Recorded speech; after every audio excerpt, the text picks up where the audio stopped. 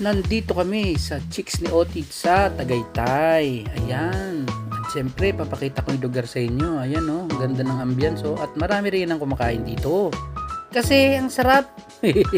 At saka yung presyo niya tama lang. So eto. Ayan. Special mention yung suka dyan ha. Binibenta rin nila yan. Di ko alam kung ano presyo pero panalo yung suka.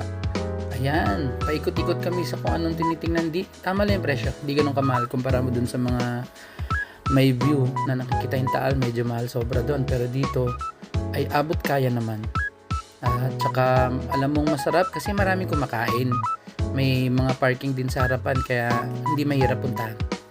Ayan, so ang dami naman pala talaga nilang menu, pero ang aming in order ay ang best seller nila na tuna panga. Ayan, panalo yan. At saka ang pansit lukban. Saan na yung pansit lukban? Ayun, panalo to. Ay nako. At saka ang kanilang garlic rice. Tara, mapapalaban tayo dito. Okay rin ang presyo nila.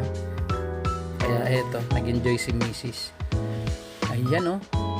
Masarap ang kanilang panga. May lemon pa. At syempre, hindi mawawala yung suka ni na Otits. Kaya ma-appreciate mo talaga ang pagkain, lalo na pag may sausawan. Enjoy naman kami talaga. Maganda na weather, masarap ang pagkain, hindi masyadong mahal. At nag-enjoy ang asawa ko. Ayan o, pruweba. Walang tira.